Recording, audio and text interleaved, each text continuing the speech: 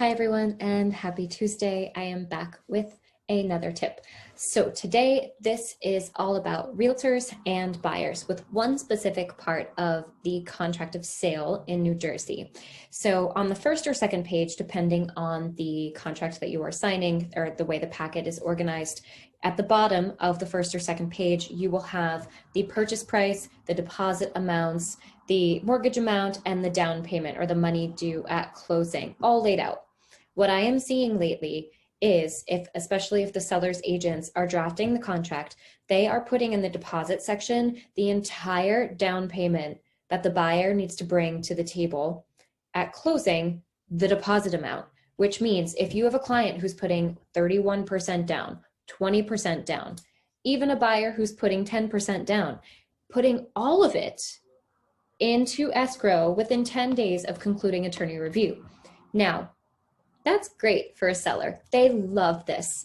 But when working with buyers, they usually think that, well, first of all, they don't pay attention to that. They don't know what that means.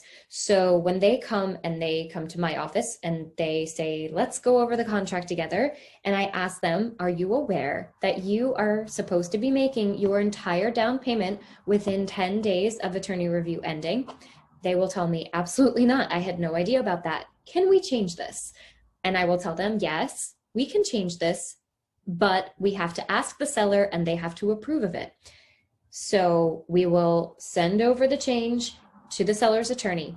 Now, myself and seller's attorneys, we know that that money does not go to the seller until closing, but the seller doesn't really know that. And when they find that out, they quite frankly don't care.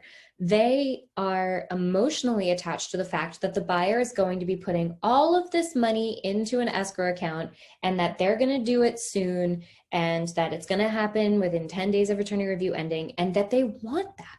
And if I were a seller's attorney, I would say, yeah, you want to change that, but this is the offer my client accepted. So no, we're not changing it. Now, sometimes it has to change because the buyers don't have all that money at the very moment.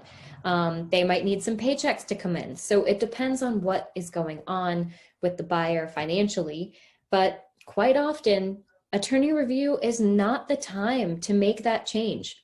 And it can ruffle feathers. It can be stressful. It can add attention to attorney review that doesn't need to be there. So agents, I appeal to you to take the time to go over the breakdown of the deposit and the down payment with your buyers when you are submitting offers, so that when you submit the offer, the seller understands that yes, they are putting 20% down. However, only 5% of that is being paid as the deposit, or 10%, whatever your buyer can offer.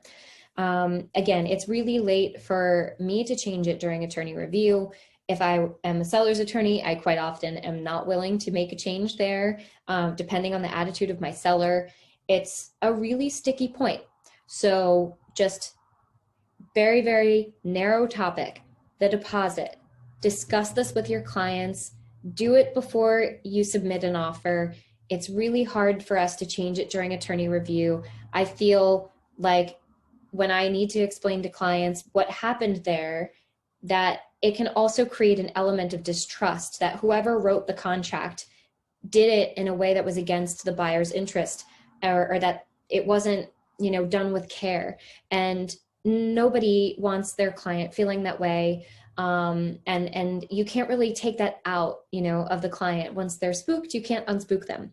So that's my tip today. The contract drafting, realtors, we need you as attorneys. It's so important to go over that little portion with the client, and make sure that they're aware of what that deposit means and what the down payment is and how much they're paying as a deposit.